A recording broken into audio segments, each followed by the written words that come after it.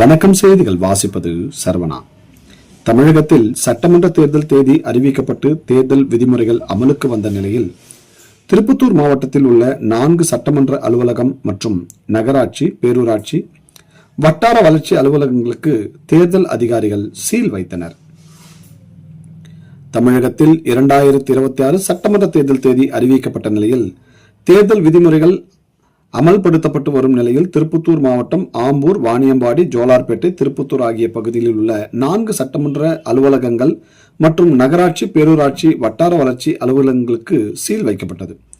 அதன் அடிப்படையில் ஆம்பூர் மற்றும் வாணியம்பாடி சட்டமன்ற உறுப்பினர் அலுவலகத்திற்கு பொதுப்பணித்துறை உதவியாளர், செயற்பொறியாளர் ரவி தலைமையிலான அலுவலர்கள், சட்டமன்ற உறுப்பினர்கள் அலுவலகத்திற்கு வைக்கப்பட்டிருந்த அரசியல் பிரமுகர்களின் போட்டோக்கள் மற்றும் விளம்பரங்கள் அகற்றப்பட்டு சீல் வைத்தனர். தொடர்ந்து திமுக, தாவேகா உள்ளிட்ட அரசியல் கட்சிகளின் விளம்பர பேனர்கள் நகராட்சி ஊழியர்களால் அகற்றப்பட்டது. மேலும் தேர்தல் அலுவலர்கள், பறக்கும் படை அலுவலர்கள் தேர்தல் விதிமுறைகளை பின்பற்றி கார் உள்ளிட்ட வாகனங்களில் ஸ்டிக்கர்கள் ஒட்டி தேர்தல் விதிமுறை மீறல் பணிகளில் ஈடுபடுபவர்களை கண்காணிக்கும் பணியில் ஈடுபட்டு வருகின்றனர். செய்திகளுக்காக விமல்ராஜ்.